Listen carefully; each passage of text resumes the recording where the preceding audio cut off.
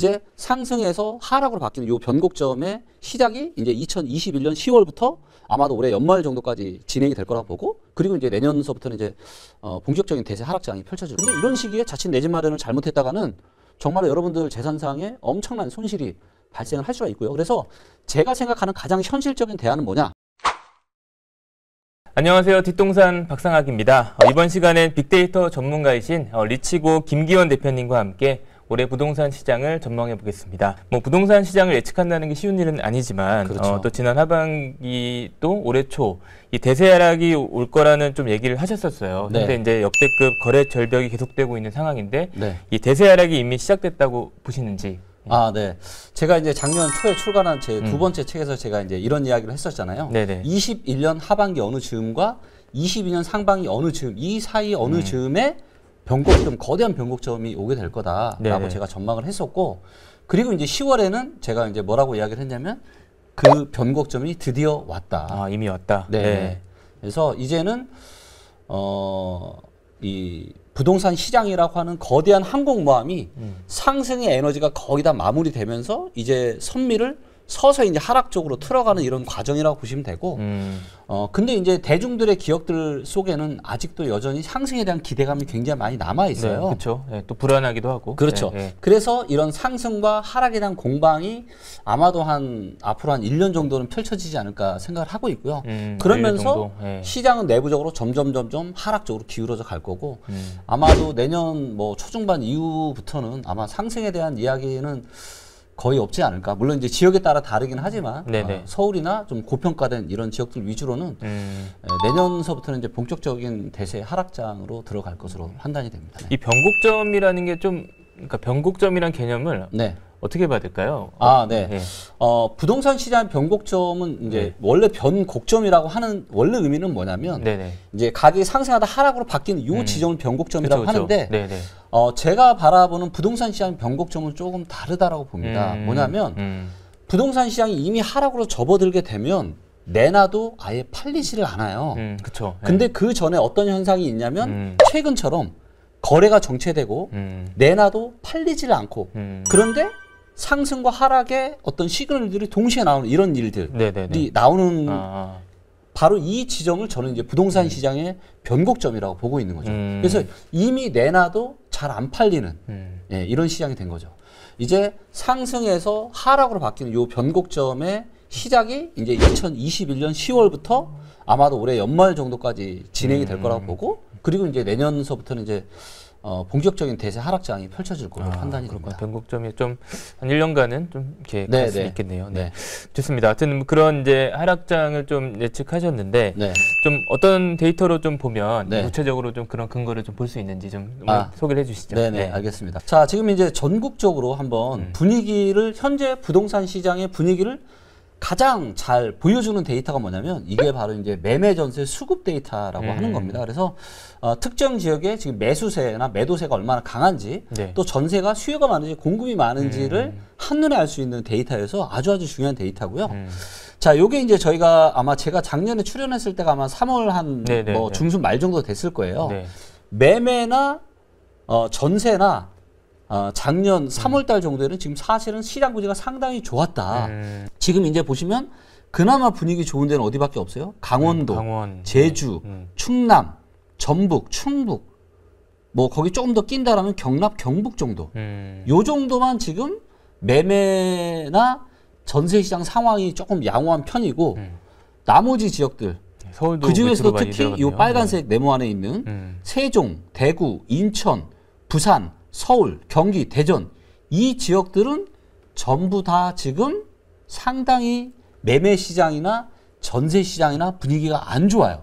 그리고 기억하실지 모르겠지만 제가 작년 3월 달에 나와서 이제 고평가되고 위험한 지역들이라고 제가 말씀드린 지역들이, 그죠? 대구, 그다음에 인천 같은 경우는 그렇게 고평가는 아니지만 입주 폭탄이 너무 많기 때문에 22년부터는 안 좋아질 가능성이 많다고 제가 말씀을 드렸고, 그다음에 대전도 점점 위험해지고 있다는 말씀드렸고, 서울, 경기. 근데 이 지역들이 지금 다 지금 분위기가 안 좋잖아요. 그래서 제가 지금 한 10개월 정도 만에 나왔는데 그 전에 어떤 했던 이런 전망들에 대한 내용들이 상당 부분 지금 좀 어느 정도 현실화돼가고 있는 모습이 나타나고 있습니다. 그리고 이제 네. 최근에 이제 거래 절벽이 굉장히 심해지고 있잖아요. 그렇죠. 예. 근데 제가 아마 이 얘기를 했던 것 같은데 패닉 바잉이 2006년에 한번 터졌었고 과거에 네. 그 다음에 2020년 초중반에 패닉 바잉이 터졌다.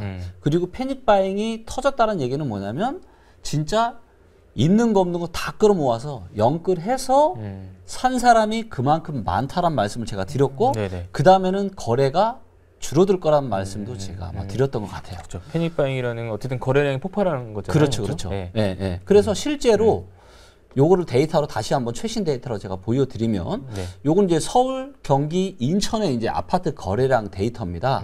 그래서 보시는 것처럼 2006년 말에 수도권에 엄청난 거래량이 터졌고 이때가 패닉 바잉이었거든요. 예. 근데 그 이후로 어때요? 많긴 많네요. 예. 거래량이 쫙 줄어들죠. 고점이 계속 낮아지잖아요. 그리고 이때 2010년, 11, 12, 13은 보시는 것처럼 거래량이 거의 없고 시장이 굉장히 침체가 많이 되었습니다. 그렇죠? 그리고 2014, 15년에 또다시 거래량이 늘었는데 이때는 바닥에서 올라가면서 터진 거래량이죠. 즉 선수들이 산 거였고 너무나도 저평 이럴 때 사야 되는 거죠. 집이라는 거. 올라갈 때 진짜. 그렇죠, 그렇죠. 예. 근데 최근에 또 고점에서 패닉 바잉 거래량이 터졌잖아요, 지금. 그렇죠? 작년이랑 재작년. 그렇죠. 2006년 말에 거래량과 거의 유사한급으로 엄청난 거래량이 터진 거예요. 그리고 나서 지금 보시는 것처럼 거래량이 급감을 하고 있죠. 예. 이거 이유는 뭐냐? 예. 너무나도 비싸진 집을 더 이상 살 사람이 없기 때문에 거래량이 줄어들 수밖에 없는 겁니다.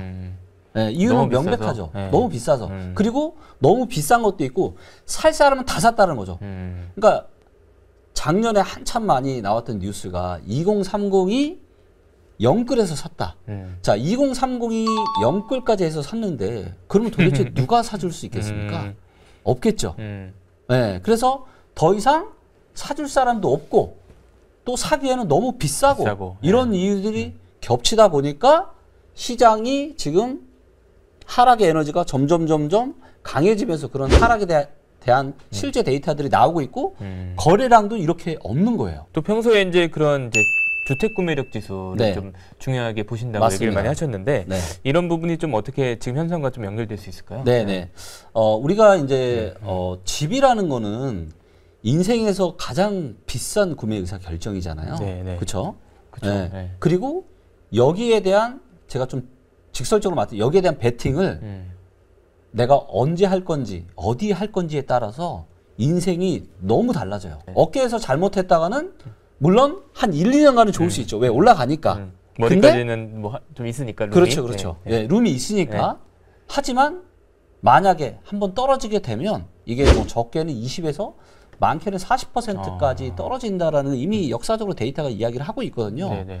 그렇기 때문에 내 집 마련과 같은 이런 큰 투자에 대한 의사결정은 10년에 한 번 정도 있을까 말까 한 절호의 매수 찬스에만 하셔야 돼요.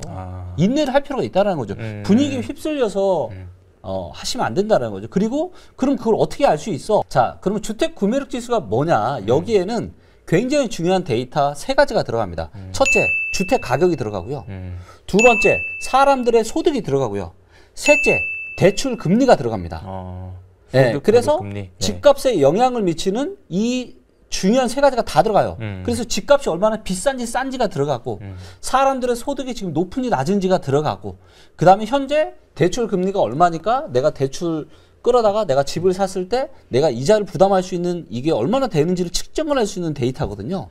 요게 이제 역사적으로 이제 파란색, 녹색 불이 들어올 때도 있고 빨간색 불이 들어올 때도 있고 네, 녹색 불 들어오고 빨간색 불이 들어올 때가 있는데 진한 녹색, 진한 빨간색도 있네요. 네, 그렇죠.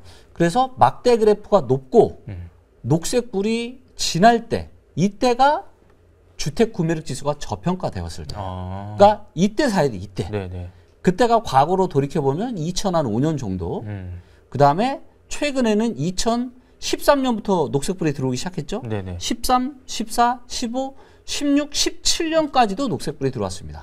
그리고 최고의 매수 시기는 2015년 1분기. 자, 우리가 기억을 더듬어서 과거로 돌아가 보면 바로 2015년 1분기 이때가 최고의 매수 적기였죠. 물론 단지별로 네. 조금씩 다르지만 아주 빠른 아파트는 14년 초반에도 매수했으면 아주 좋았고요. 그래서 뭐 크게 뭉뚱그려서 13년부터 17년까지 샀으면은 대박이다. 이거는 대박을 잡으신 그러네요. 거다. 예. 근데 주택금융지수에 명확하게 나오죠. 자, 그러면 언제가 위험하냐? 그러니까 이때가 바로 발목 밑이라는 거예요. 이때가 무릎 밑이라는 거죠. 이때 사야 된다는 거죠. 근데 과거에 안 좋았을 때가 언제냐면 빨간불이 들어왔을 때가 2007년, 8년. 이때는 뭐다? 어깨 이상이다. 네, 어깨 이상이다. 그리고 2007년, 8년에 서울이나 수도권 아파트 샀으면 어떻게 됐어요? 잠깐은 좋았지만 예. 그 뒤로 상당한 고통의 시간을 보냈죠. 그렇죠. 예. 네. 제가 정말 이제 안타까운 것 중에 하나가 제가 2020년 초중반부터 제가 서울 아파트는 사면 위험하다. 그러니까 안 올라간다라고 얘기를 한 것이 아니라 왜? 어깨인 게 명확하게 보이기 때문에. 근데 네네.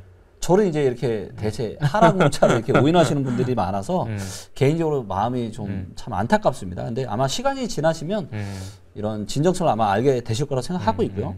자, 최근에 이제 보시면 요게 이제 21년 3분기 데이터입니다. 네네. 가장 최신 데이터예요. 근데 얘가 지금 33이죠. 그리고 역사적으로 가장 빨갛죠.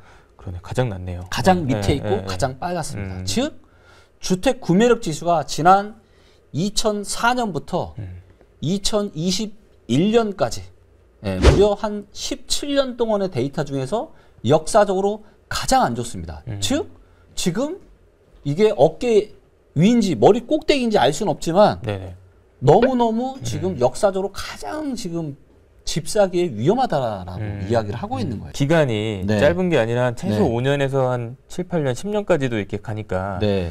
그 다음 집 사는 텀을 네. 그 되게 인내가 진짜 필요하네요. 굉장히 네. 인내가 네. 필요하죠. 네. 그래서 그러니까 어떤 마음인지 저는 충분히 이해가 됩니다. 뭐냐면 그러니까 집값이 내려가는 시기에도 전세나 월세 가격은 또 올라가는 경우들이 많아요. 네. 그러다 보니까 이제 그러면 지금이라도 내 집 마련 해야 되는 거 아닌가 이런 어떤 마음에 그런 생각을 하실 수밖에 없는 건 너무나도 저도 이해는 하지만 그러함에도 불구하고 또 한 번 대세 하락장이 오게 되면 이게 상당히 기간이 길고 그 고통의 크기가 또 클 수 있어요. 그리고 산이 높은 만큼 골이 깊을 수 있잖아요. 역사적으로 지금 가장 고평가된 시기인 만큼 즉 그 얘기는 반대로 생각해 보면 역사적으로 가장 많이 떨어질 수도 있다라는 걸 내포할 수 있거든요. 물론 아닐 수도 있지만 네네네. 근데 이런 시기에 자칫 내 집 마련을 잘못했다가는 정말 여러분들 재산상에 엄청난 손실이 발생을 할 수가 있고요. 그래서 제가 생각하는 가장 현실적인 대안은 뭐냐? 네네. 현실적인 대안은 제가 작년에도 말씀드린 것 같은데 주거와 투자를 분리를 하셔라. 그러니까 대한민국 서울 아파트가 떨어지면 다 떨어지는 게 아니에요. 그렇죠. 올라가는 또 지역들이 있거든요. 그래서 이런 좀 위험한 지역들은 이제 근데 거기에 내가 거주를 해야 돼. 그럼 거기는 빌려서 사시되 하지만 전월세가 계속 올라가고 또 돈은 저평가된 곳에 또 몰리면서 또 그쪽 쪽에 부동산이 올라가거든요. 그래서 상대적으로 저평가된 지역에 아파트를 투자의 개념으로 가지고 계시면 네네. 어떤 상황이 와도 좋다라는 거죠. 만약에 아파트가 계속 올라가요. 그러면 내가 저평가된 아파트를 사놨으니까 여기도 올라가요, 안 올라가요? 올라가죠. 올라가죠. 네. 그래서 좋고 만약에 고평가된 지역은 내려가요. 내려가지만 저평가된 지역이기 때문에 얘는 내려갈 일이 없고 올라갈 가능성이 많죠. 그래서 시나리오가 이런 시나리오가 발생하든 저런 시나리오가 발생하든 나는 괜찮다라는 거죠. 이런 전략을 저는 누누이 제가 말씀드리고 이 전략을 해야 되는데 참 많은 분들이 실행을 좀 못하시는 것 같아서 안타깝습니다. 그렇죠. 네. 또 비용도 문제지만 네. 어쨌든 그런 좀 진짜 이런 시기에는 뭐 이제 말씀하신 대로 주거와 투자를 좀 명확하게 분리하는 네. 그런 전략이 좀 현명하다. 그렇다면 이제 얼마나 진짜 떨어질까? 네. 또 이 수준이 어느 정도 될까? 네. 또 얼마나 또 그게 길어질까? 그렇죠. 이런 고민들을 하실 것 같아요. 네. 좀 어떻게 보시나요? 네. 이 부분도 정확하게 데이터에 근거해서 제가 말씀을 좀 드리도록 하겠고요. 네네. 자, 그러면 우리가 얼마만큼 떨어질까를 우리가 가늠을 하려면 지금 현재 본질적인 가치 대비해서 얼마만큼 고평가되어 있는지를 먼저 알 필요가 있다라고 생각을 합니다. 네. 그래서 여기에 대한 데이터들이 매우 여러 가지 것들이 있는데 먼저 GDP 대비한 데이터를 먼저 좀 보도록 하겠습니다. 그래서 워렌 버핏이 주식시장의 고평가에 대한 정도를 파악하기 위해서 주식시장의 시가총액과 GDP를 비교를 했잖아요. 그래서 버핏 지수라고 하는데 이거를 제가 부동산 시장에 이런 지수가 없을까 고민하다 제가 직접 데이터를 가지고 만들었습니다. 그래서 이제 요게 이제 한국의 GDP 대비한 대한민국 아파트 시가총액입니다. 그래서 보시는 것처럼 요 파란색 선이 GDP고요. 그다음에 요 주황색 선이 대한민국 아파트 시가총액입니다. 그리고 요 뒤에 막대 그래프가 GDP 대비한 시가총액 비율이고요.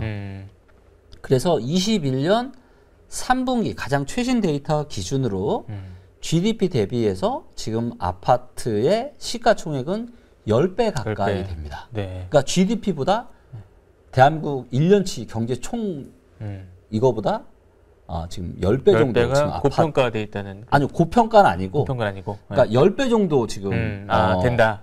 된다라는 상황이, 거고요. 근데 이게 평균이 한 6배, 5.5배에서 6배 정도 돼요. 지난 역사적인 평균이. 그래서 평균보다 지금 몇 프로 정도 고평가되어 있냐면 63% 정도 고평가되어 있습니다.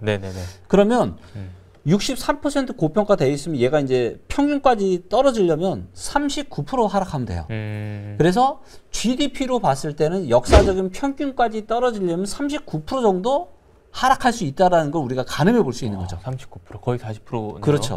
근데 문제는 뭐냐면 평균만큼만 하락하면 좋은데 때로는 40%보다 그렇죠. 왜냐하면 지금은 이제 워낙 상승에 대한 이게 많다 보니까 사람들이 막 어떤 이런 부동산 참 무조건 돈 벌어라는 인식밖에 없기 때문에 하지만 역사적으로 놓고 보게 되면 부동산 갖고 있으면 완전 애물단지고 손해만 나라고 하는 시대가 또 있단 말이죠.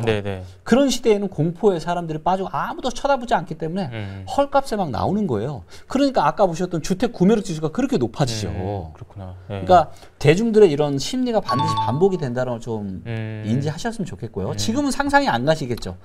하지만 4, 5년, 5, 6년 지나서 그때는 아마 제 이야기가 그때 가서 아마 지금 이 영상을 보시면 굉장히 많은 생각들 아마 하시게 될 것 같고요. 자, 그리고 이제 두 번째를 비교를 해볼 게 뭐냐면 이 통화량 대비해서 그래서 전체 지금 유동성이 많이 풀렸다 이런 얘기 말씀 많이 하시고 근데 말만 많잖아요.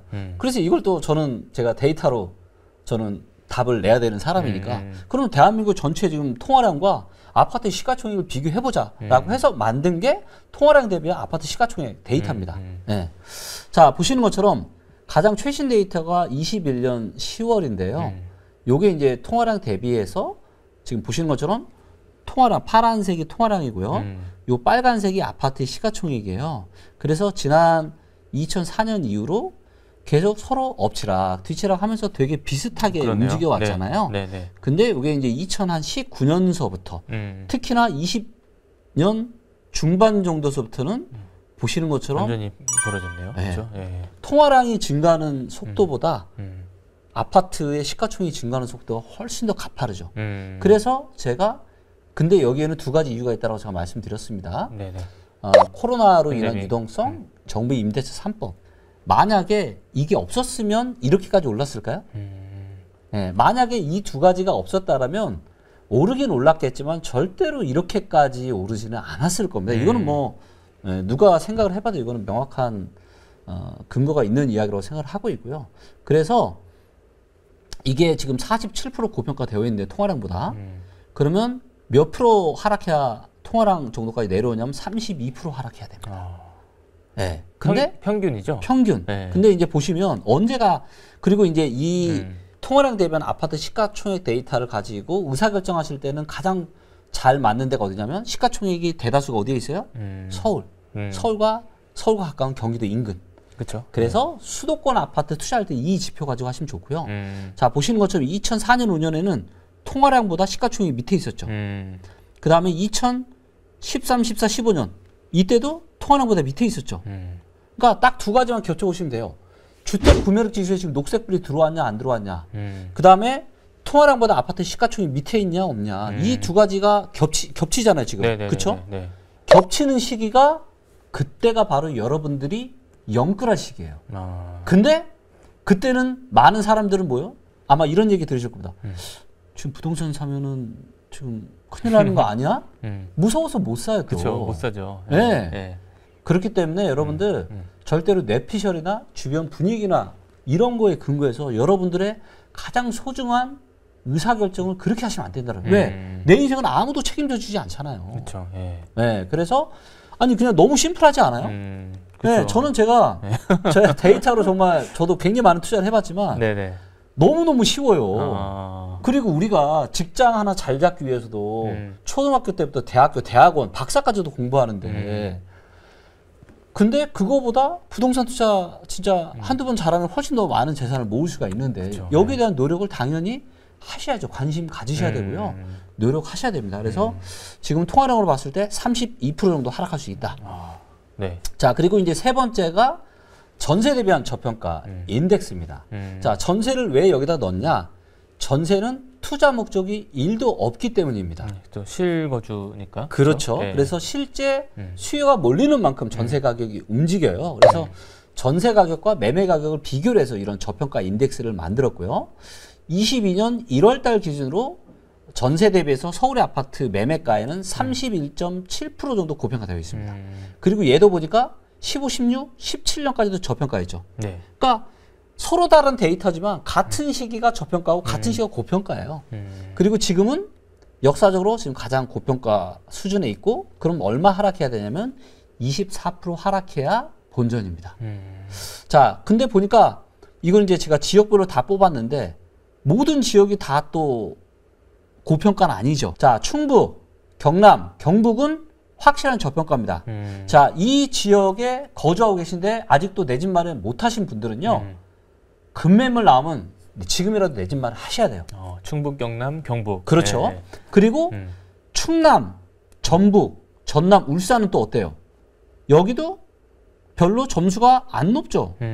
살짝 고평가지만 매우 괜찮아요. 그러니까 고평가는 당연히 됩니다. 네, 그래서 이 지역들은 여전히 매수를 하셔도 되는데 네. 조금 유의를 하실 게 어떤 지역이냐. 전남하고 울산은 조금 조심하셔야 되고요. 전남은 또 이게 여수, 광양, 순천 쪽이냐 목포 쪽이냐에 따라 좀 분위기가 많이 다르고요. 여수나 광양 이쪽은 조금 어느 정도 어깨 이상으로 지금 왔기 때문에 좀 조심하셔야 되는데 목포 쪽은 그래도 상대적으로 좀 나쁘진 않은 것 같고요. 그래서 울산도 조금은 지금은 나쁘진 않은데 분위기가 썩 또 그렇게 좋진 않아요. 그래서 제가 보기에는 5등 정도까지 그래서 전북, 충남, 경북, 경남, 경북 요 정도까지는 지금 실수요자분들은 적극적으로 고민해 보셔도 되고 그 다음에 또 고민해 보셔도 되는 데가 강원도 순위는 8등이지만 그러니까 전세로는 8등이지만 다른 데이터가 또 좋아요. 우리가 사람을 볼 때도 뭐 성격 데이터, 능력 데이터 여러 가지 보듯이 부동산도 여러 가지 데이터를 봐서 종합으로 하나만 볼 수는 없어요. 그렇죠, 그렇죠. 근데 일단 전세로만 봐서는 네네네. 조금 순위가 떨어지지만 다른 데이터들이 좋거든요. 그래서 강원도와 제주도 같은 경우는 다른 데이터가 좋아요. 그래서 1등부터 5등까지는 적극적으로 내 집 마련 못하신 분들 급매물 위주로 매수하셔도 되고요. 강원도하고 제주도 같은 경우도 괜찮으니까 매수하시면 좋을 것 같고 뭐 이거는 제가 살짝 팁을 드리자라면 뭐 이거는 살짝 뇌피셜입니다. 이건 데이터가 아니라 왜냐면 제가 조금이라도 도움을 좀 드리고 싶어가지고 만약에 저라면 그럴 것 같아요. 지금 당장 급매물이 있어도 저는 일단은 사지 않을 것 같고요. 올해 여름에서 연말 정도의 상황을 좀 보면서 데이터가 어떻게 바뀌는 좀 보면서 급매물을 딱 상황 보면서 살 것 같아요. 그래서 여름 정도. 네네. 그래서 이런 부분들도 뭐 또 참고하시면 좋을 것 같고. 자, 그리고 이제 좀 고평가된 지역들을 좀 보자라면 지금 제일 꼴등이 누구예요? 서울이네요. 네, 서울. 그러니까 서울은 지금 다른 것도 안 좋은데 얘도 지금 꼴등이고요. 그다음 경기도죠. 그다음 세종이죠. 그다음 인천, 그다음 부산, 대전. 그래서 요 밑에서 이 6등 하고 있는 요 6군데는 매우 조심하셔야 된다. 서울이 18위. 그러니까 서울이 지금 입주 물량이 굉장히 작은 건 사실이지만 얘 빼놓고는 다른 데이터는 다 안 좋아요. 예를 들면 사람으로 따지면 성격은 되게 좋은데 지금 능력이나 체력이나 모든 게 지금 엉망인 상태인 거죠. 그 다음에 대구 같은 경우도 뭐 전세로 봤을 때는 엄청 고평가는 아니지만 대구의 문제는 뭐냐면 입주 물량이 많아도 너무너무 많다. 이따 나중에 또 보여드리겠지만. 네네네. 그래서 대구도 매우 조심해야 되는 지역이고요. 네. 자, 그 다음에 이제 소득 대비해서 한번 보겠습니다. 소득 대비 서울의 아파트가 지금 얼마나 고평가인지. 그래서 평균보다 지금 28% 고평가되고 있어요. 그래서 22% 하락해야 되고요. 저점이 20이었거든요. 20 정도 돼요. 이때 네네. 이제 소득 대비해서도 이때 한 13년 중순, 14, 15이 제일 쌌잖아요. 네네. 네, 이때가 소득 대비 제일 쌌고, 뭐 주택 구매에서 소득, 통화량 모든 게 14, 15년이 최고의 그때가 연끌할 때라고 모든 데이터가 다 이야기하고 있고요. 근데 소득 대비 제일 높았을 때가 2008년이었는데 지금이 이때보다 훨씬 더 높죠. 훨씬 높네요. 네. 네. 그래서 지금 이 최소한 22%, 많게는 30% 정도 떨어져야 됩니다. 그래야 지금 이제 본질적인 가치 정도까지 오는 거고요. 자, 그럼 한번 정리를 한번 해보시죠. 네네. 자, 하락폭과 하락 기간이 어떻게 될 거냐. 자, 일단 먼저 말씀드리고 싶은 거는 뭐냐면 모든 지역이 대세 하락하는 건 절대 아니다. 예, 여러분들 꼭 명심하시고요. 자, 그렇다면 위험한 지역이 어디냐? 예, 서울, 인천, 그 다음에 경기도. 경기도 중에서도 서울과 가까운 경기도가 위험합니다. 이 지역들은 전부 다 눈썹 이상이나 어깨 이상까지 왔고요. 하지만 네네. 평택이나 경기도 이천 이런 지역들은 허리 정도라고 보시면 돼요. 네, 그래서 이쪽 지역들은 여전히 실수요자분들은 매수 가능합니다. 근데 서울과 가까운 경기도는 서울과 거의 움직임이 비슷하기 때문에 상당히 위험 지역이고 대구, 대전, 부산, 세종까지는 위험하다. 네, 그래서 여기는 지금 좀 매수하시는 거는 상당히 지금 되도록 안 하시는 게 좀 좋고요. 그럼 상대적으로 안전한 데가 어디냐? 강원도, 충남, 충북, 전북, 강원, 제주. 여기는 좀 안전하다.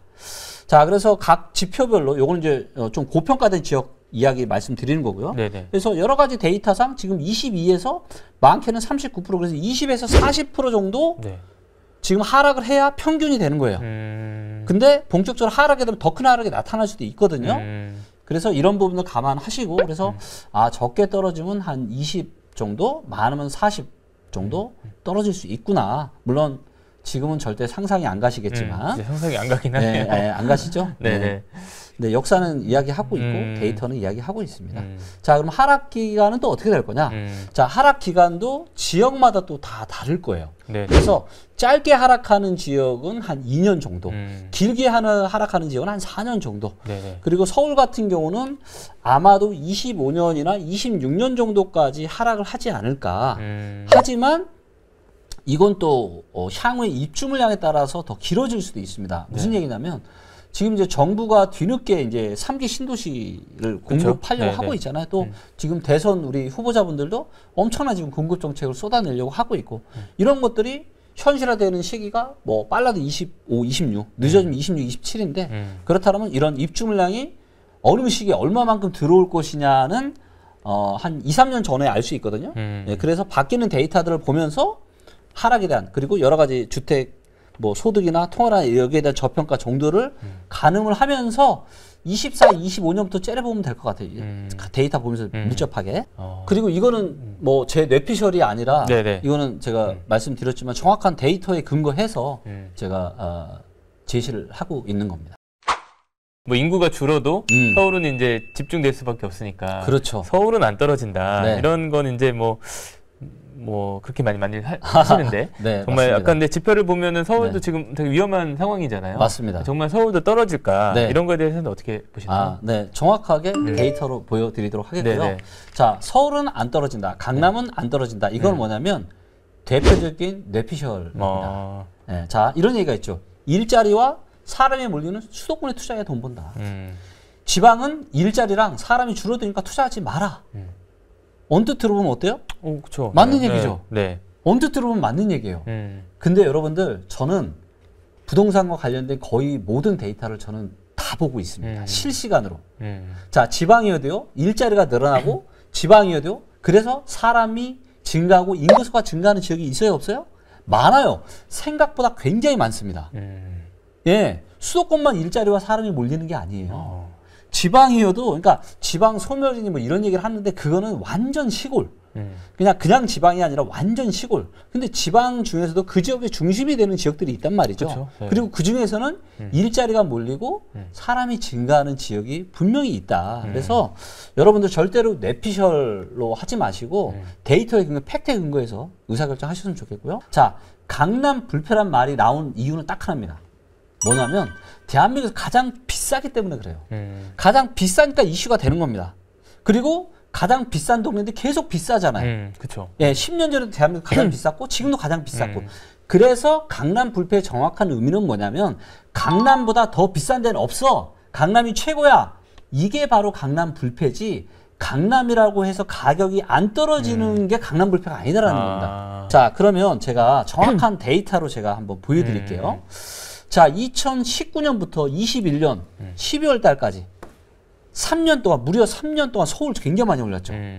자, 이거는 데이터는 KB 부동산 지수 통계 데이터 기준입니다. 월간 데이터고요. 자, 지난 3년 동안 가장 많이 오른 데가 어디예요? 수원시 영통구입니다. 68%가 올랐고요. 그 다음이 인천 연수구입니다. 61% 올랐고요. 고양시 덕양구 61% 올랐습니다.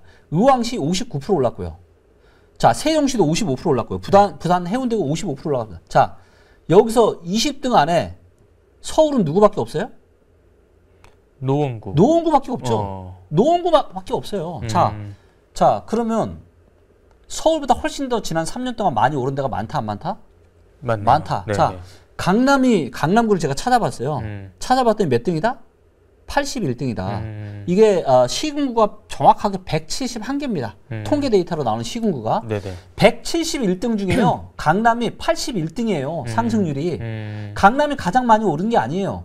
지금도 뭐 강남 아파트 너무 비싸고 뭐 신고가 나오고 있지만 이거는 뭐냐면 워낙 비싸니까 금액이 한 번 오르면 막 뭐 몇 억, 10억씩 막 올라가 버리니까 그래서 강남 불패인 거지. 강남이 가장 많이 오르는 건 절대로 아니다. 오르는 시기에도 그렇죠. 제가 데이터로 보여드렸고 자, 두 번째로 제가 데이터로 팩트 체크할 거는 뭐냐. 강남이 여러분들 한번 상상을 해보세요.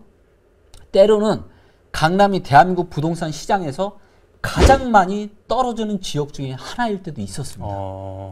안 믿기시죠? 그렇죠. 네. 무슨 소리야. 강남 불패인데. 그죠? 자, 제가 데이터로 보여드리겠습니다. 이거는 2007년 2월 달부터 2013년 2월 달까지. 자, 강남이 언제 고점을 찍었냐? 금융위기가 터졌을 때가 아니고요. 금융위기 터지기 전이 2007년 초중반에 강남이 고점 찍었습니다. 네. 자, 보시면 2007년 강남이 고점을 찍었을 때인 이때부터 13년 2월 달 수도권의 하락 시장이 막바지였던 한 5년 사이네요. 자, 그렇죠? 171등 중에 강남이 몇 등이에요? 156등. 가장 많이 떨어진, 상승이 아니라 가장 많이 떨어진 밑에서 10% 지역 중에 하나라는 거예요. 그러네요.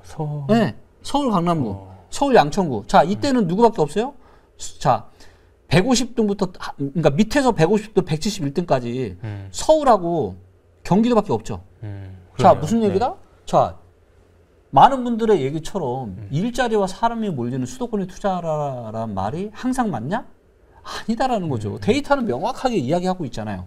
때로는 일자리와 사람이 몰리는 수도권이지만 가장 많이 떨어지는 지역 중에 하나이기도 했습니다, 여러분들. 이거는 데이터가 명백하게 이야기를 하고 있는데 단지 뇌피셜에 지금 사로잡히셔가지고 그동안 수도권 서울이 너무 많이 올랐다는 이유로 앞으로도 5년, 10년, 1000년, 만년 올라간다?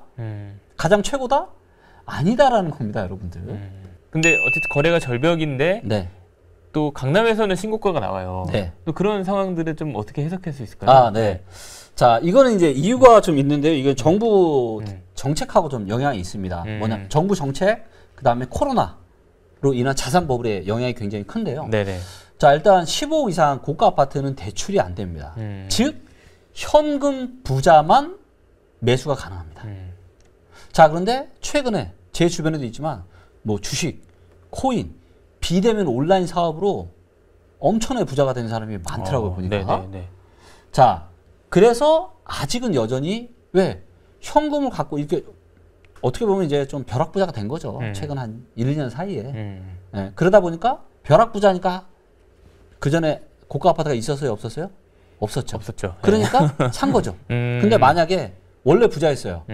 원래 나는 리치야. 네. 그러면은 15억 이상 고가 아파트 있어요, 없어요? 뭐 있을 가능성이 아주 높죠. 네네. 자, 그분들은 아파트를 추가로 15억짜리 이상 살 수 있는 여력은 있지만 사요, 안 사요? 살 수 있을까요, 없을까요? 뭐 일단은 여러 가지 이제 지금 규제들이 많으니까. 그렇죠. 네, 네. 일단 가장 큰 게 뭐예요? 세금 폭탄. 종부세가 그러니까 1주택이 아니라 2주택이면 세금이 억대가 나옵니다. 네. 부자들은 돈에 굉장히 민감하고 굉장히 발빠르신 분들이에요. 자, 이분들이 고가 아파트 살까요, 안 살까요? 저는 제 주변에 사시는 분들 한 번도 못 봤어요. 이미 다 갖고 있거나 여러 채 갖고 있거나 그런 분들이지 추가로 산다? 아니다라는 거예요. 지금 신고가 나오는 이걸 사시는 분들은 누구냐? 최근 1, 2년 사이에 벼락부자 되신 분들이 사고 있다. 네네네. 자, 근데 이분들이 얼마나 더 많을까요? 앞으로 2년, 3년, 4년 계속 더 지금도 너무 비싼데 지금보다 더 비싼 가격에 돈을 턱턱 주고 살 만큼 그렇게 여력이 있는 신흥 그런 벼락부자들이 얼마나 있을까요? 그렇게 무한대로 늘어날 수는 없으니까. 그렇죠. 자, 네, 그 얘기는 무슨 얘기다? 이런 고가 아파트들에 대한 매수 에너지도 상당 부분 지금 소진이 되어가고 있다. 네, 거기에 근데 이런 건 있습니다. 뭐냐면 향후에 이제 서울의 이제 부동산 시장이 좀 안 좋아지더라도 네네. 이런 고가 아파트들은 하반 경직성이 다른 데보다 훨씬 더 강할 가능성이 많습니다. 왜냐하면 일단 현금을 주고 사신 분들이 많잖아요.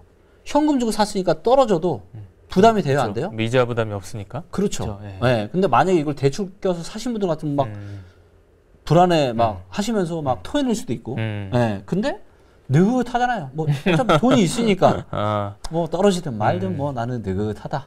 네. 그리고 그렇기 때문에 하반 경직성이 상당히 강할 수 있고요. 그래서 이제 지금은 자산과 소득의 양극화가 굉장히 심해지고 있어요. 네. 코로나 때문에 코로나로 인한 이 오프라인과 이 온라인의 비즈니스의 이 양극화가 심해지면서 훨씬 더 이게 심해지고 있거든요. 그러다 보니까 부가 양극화되다 보니까 당연히 집도 그분들이 사시는 집도 양극화될 수밖에 없고 지금은 이미 예를 들면 나 어디 살아 어느 아파트 살아가 어떤 내 자신에 대한 어떤 신분에 대한 증명을 네. 하는 시대가 네. 돼버렸잖아요. 네. 그렇기 때문에 어느 정도 이제 돈이 많아지게 되면 당연히 이제 그런 초고가 아파트들을 선호할 수밖에 없는 그런 환경 속에 저희가 살고 있고, 근데 대출을 대출을 안 끼고 사신 분들이 많기 때문에 아까 뭐 20에서 많게는 40%까지 떨어질 수 있다란 전망을 했지만 이거는 이제 중저가에 해당하는 경우가 훨씬 더 확률이 높을 거고요. 이런 고가 아파트들은 이거보다 뭐 한 절반 정도, 뭐 한 10에서 20% 정도. 그래서 이런 고가 아파트들에 대한 어떤 이런 수요나 이런 것들은 당분간 아니라 상당 기간 지속이 될 가능성이 많다라고 보여집니다. 대선 이후를 좀 지켜보자는 분들이 많아요. 그렇죠? 네. 그 이후에 좀 변화를 보고 뭘 움직이자. 이제 그런 상황을 봤을 때 좀 대선 변수는 얼마나 좀 미칠 거라고 좀 보시나요? 저는 별로 없을 거라고 보고 있고요. 있더라도 부정적 요인이 더 많다. 네. 그리고 혹시라도 긍정적 요인이 있을 수 있는 내용들도 있는데 네네. 있어도 뭐 3개월에서 6개월 정도 반짝 정도 하는 거지 전체적인 큰 대세에 영향을 미칠 정도는 아니라고 판단을 하고 있고요. 상반기는 대선에 대한 이슈나 이런 것들이 조금은 긍정적으로 작용하는 네네. 부분이 있을 수는 있겠지만 이게 이제 길어지진 않고 혹시라도 다주택자에 대한 이런 감면을 하게 되면 이게 매물 증가에 대한 게 있기 때문에 이게 트레이드 오프가 돼서 결론적으로는 크게 별로 영향이 없을 거라는 게 제 생각입니다. 그 공급 부족도 있고 네. 또 유동성이 여전히 좀 많이 풀려 있기 때문에 그렇죠. 이 아까 이제 말씀하신 유동성에 대해 중요하다고 말씀하셨는데 그것 네. 때문에 집값이 더 오르지 않겠냐는 의견도 분명히 있어요. 네. 그거 어떻게 보시나요? 네. 데이터로 네. 이것도 이제 제가 팩트 체크를 좀 하도록 하겠고요. 일단 입주 물량과 관련된 공급이 작으니까 수요는 있는데 당연히 아파트 가격 올라간다. 언뜻 들어보면 무조건 맞죠. 그렇죠. 네. 자, 근데 그러면 공급 물량 작다 이퀄 아파트 가격 상승이냐라는 거죠. 이게 똑같냐라는 거죠. 자, 근데 역사는 그렇게 이야기하고 있지 않습니다. 자, 대표적인 예가 경기도입니다. 네네. 자, 경기도의 아파트 입주 물량이고요. 자, 보시는 것처럼 2011년, 12년, 13년은 경기도의 아파트 입주 물량이 역사적으로 가장 작은 시기였어요. 네. 그죠? 이때보다 입주 물량이 작았을 때가 없었거든요. 네네. 근데 그렇다면 경기도 아파트 이때 엄청 많이 올랐어야죠. 그게 맞죠. 지금 많은 분들이 이야기하는 것처럼 서울의 입주 물량이 부족하니까 서울의 아파트 2년, 3년, 4년 계속 올라갈 겁니다. 라고 이야기하는 건 2009년, 10년에 경기도에 지금 입주 물량이 부족하니까 경기도 아파트 계속 올라갈 거예요. 라고 이야기하는 거랑 똑같은 거잖아요. 네네. 근데 실제로는 어떻게 됐죠? 경기도 아파트 대세 하락했죠. 이때. 굉장히 많이 떨어졌습니다. 입주 물량이 작았는데 그냥 하락이 멈춘 것도 아니고요. 엄청난 대세 하락을 했어요. 자, 반대로 입주 물량이 많았던 17, 18, 19년. 네. 자, 이때 가장 많이 신문기사 나왔던 게 뭡니까? 수도권 입주 폭탄, 정부 규제, 아파트 가격 올라갈 수 없다라고 부동산 전문가의 80%가 전망을 했습니다. 근데 실제로 어떻게 됐어요? 반대 결과. 실제로 반대라는 거죠. 그러니까 아파트의 입주 물량이 작으면 올라가고 많으면 떨어진다? 이거는 너무 단편적인 거라는 거죠. 네네. 그러니까 성격이 좋아? 그러면 행복한 인생 살 수 있어라고 똑같은 거예요. 근데 그렇지 않잖아요. 성격 말고도 훨씬 더 중요한 요인들이 있거든요. 그렇죠. 네. 자, 이것도 무슨 얘기냐면 부동산도 똑같다는 거예요. 그러니까 비슷하게 그러니까 그러니까 입주 물량이 적어서 그냥 뭐 보합 정도도 아니고 엄청난 하락을 했고, 입주 물량이 많아서 보합도 아니라 엄청난 완전 정반대로 움직였다는 얘기예요. 그 얘기는 무슨 얘기다? 입주 물량보다 훨씬 더 중요한 변수가 있다라는 거죠. 네. 네. 그래서 여러분들 명심하십시오. 서울의 입주 물량이 작은 거는 맞아요. 하지만 이것 때문에 계속 올라간다? 한번 두고 보시면 될 것 같고요. 네네. 자, 그다음에 이제 풍부한 유동성 이야기 하고 있는데요. 네네네. 이거는 이제 통화량 대비한 이 저평가 인덱스랑도 하는데, 자, 코로나로 인한 유동성, 사상 최대 부채, 그리고 작년 중순까지는 저금리였어요. 그리고 자산 시장이 올랐어요. 그래서 사실은 이것 때문에 말도 못하게 이렇게 오른 거예요. 이것 때문에 그러니까 원래는 한 이 정도 올라야 되는데 이 말도 안 되는 이런 유동성이나 이것 때문에 이만큼 올랐던 거거든요. 자, 근데 중요한 거는 뭐냐면 앞으로는 어쩌냐면 앞으로. 자, 코로나 때문에 엄청난 유동성, 말도 안 되는 유동성을 풀었는데, 자, 그러면 앞으로 유동성을 더 풀 거냐? 어떻게 생각하세요? 자, 미국이나 지금 한국의 움직임이 유동성을 지금 푸는 쪽으로 가는 것 같습니까? 조이는 쪽으로 가는 것 같습니까? 글쎄요, 좀 분위기를 보면 좀 쪼이는 그렇죠. 분위기죠. 네. 네. 네. 자, 모든 투자는요, 미래를 먹고 사는 겁니다. 유동성 얘기는요, 이미 끝난 얘기입니다. 우리는 미래를 봐야 돼요. 지금은 미국이나 한국이나 지금 조이는 방향, 푸는 게 아니라 조이는 방향으로 가고 있어요. 자, 그 다음에 부채가 더 늘어날 수 있냐라는 거죠. 한국에서. 더 늘어날 수 있을까요? 제가 아까도 말씀드렸지만 금리는 인상되고 부채는 너무 많고 한국은행에서도 이제는 부채 지금 규제 해야 된다. 네. 네. 자, 그 다음에 마지막 질문이 뭐냐면 자산 시장이 그렇다면 계속 더 상승할 수 있을 거냐. 네, 여기에 대한 지금 왈가왈부가 갑론을박이 너무나도 많은 시기죠. 근데 역사는 이야기합니다. 네, 버블은 그 끝이 있다. 그리고 이게 뭐 올해가 될 수도 있고 내년이 될 수도 있고 그거는 누구도 모르죠. 하지만 우리 거의 다 느끼고 있는 건 뭐냐? 지금 뭔가 이거 좀 뭔가 본질적인 가치 너무 많이 올랐다. 좀 뭔가 불안불안한 거예요, 사람들 마음속이. 예. 그래서 이 풍부한 유동성 이런 것 때문에 올랐던 거지. 근데 이제는 분위기가 완전 지금 바뀌고 있다. 풍부한 유동성이 아니라 이제 유동성을 줄이는 쪽으로 가고 있다라는 것을 좀 명심하셨으면 좋겠습니다. 뭐 전세가 오르면 이제 집값을 밀어올릴 가능성이 높으니까. 그렇죠. 전세가 계속 상승한다는 예측들이 많잖아요. 네. 네, 그런 측면에서는 좀 네. 어떻게 보시나요? 네. 전세 가격도 원래는 이렇게 올랐어야 되는데 임대차 3% 이렇게 오르다 보니까 이게 숨고르기가 필요한 여기서 네. 이렇게 올랐는데 올해 8월 달에 뭐 또 제가 또 돌아오는데 여기서 또 이렇게 올라간다? 이거는 말도 안 되는 거고요. 여기서 지금 좀 조정이 될 겁니다. 하지만 전세 가격이 크게 빠지기는 힘들어요. 네네. 왜냐하면 어떤 이유가 있냐면 집이라는 건요 선택지가 둘 중에 하나밖에 없습니다. 자, 매매로 내 집으로 살든가 내 집을 사서 내 집으로 살든가 아니면 전세나 월세로 빌려서 살든가.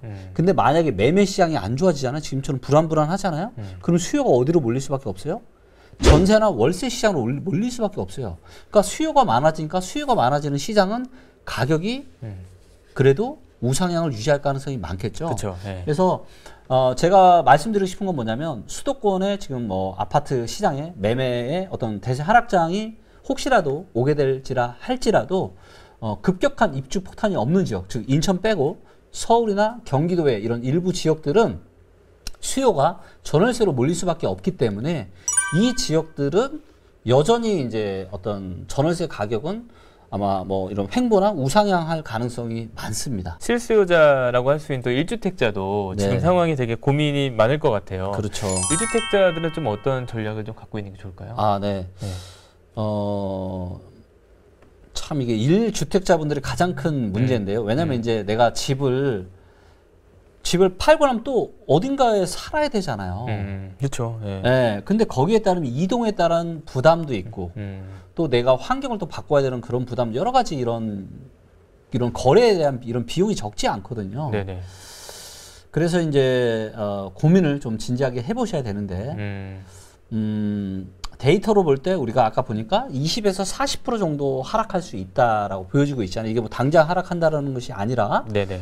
뭐 앞으로 4년, 5년 정도에 걸쳐서 그리고 혹시라도 공포 심리가 강해지면 더 큰 하락도 올 수도 있다.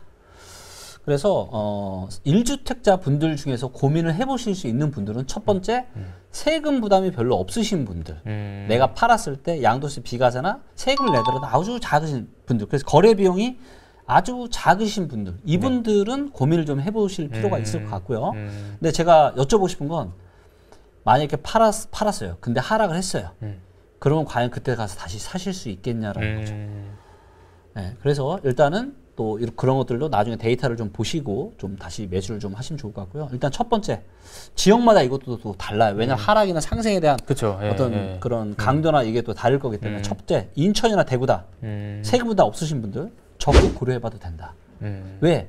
다른 데이터도 안 좋은데 여기는 입주 폭탄까지 있기 때문에 그러니까 집을 파는 걸 고려하라는 말씀이시죠? 네, 적극 고려. 네네네. 네, 1주택자 할지라도 인천이랑 대구는 적극적으로 고려를 하셔라. 자, 그 다음에 서울과 일부 경기, 인천.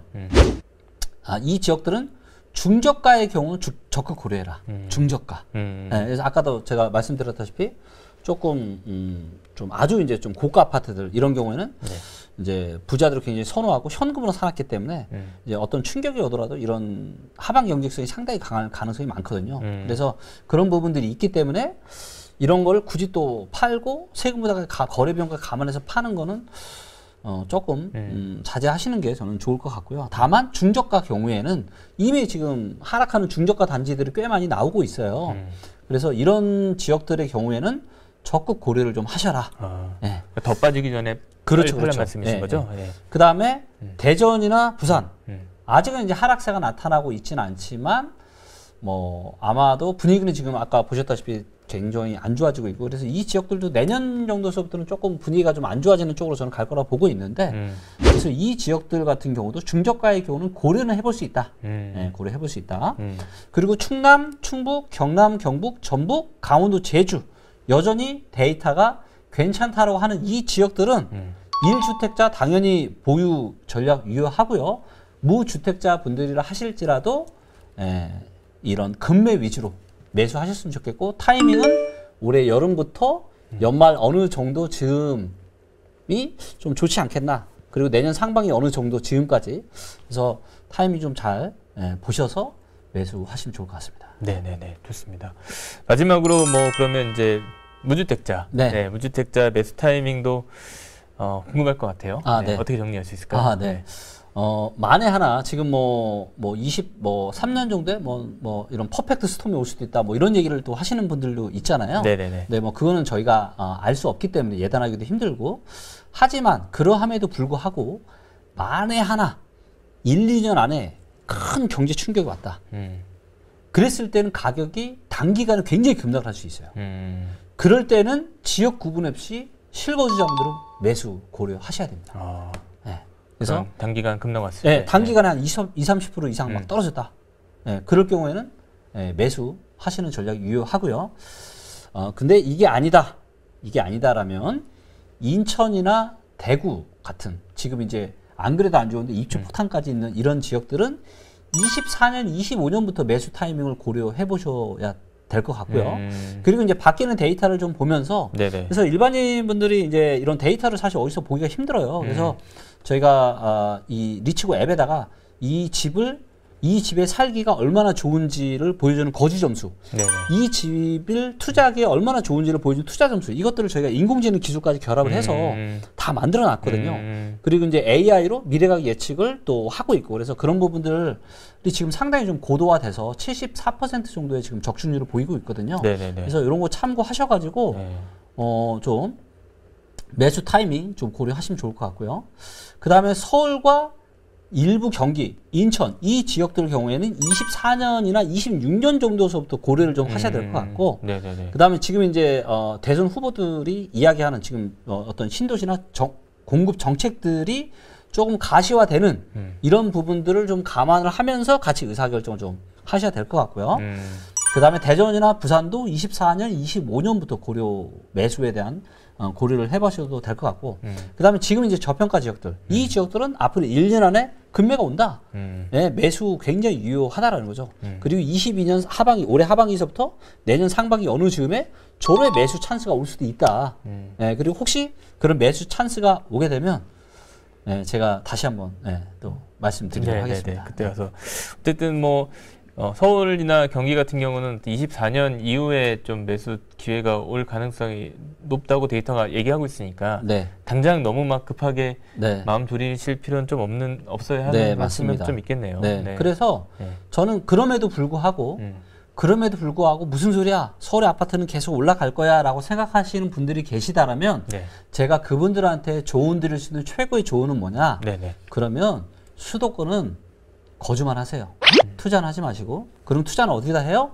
저평가된 충남, 충북, 경남, 경북, 전북, 강원, 제주 여기에 저평가된 지역에 하세요. 수도권이 앞으로 계속 올라가면 이 지역들은 더 올라갑니다, 여러분들. 그러니까 이러나 저러나 좋아요.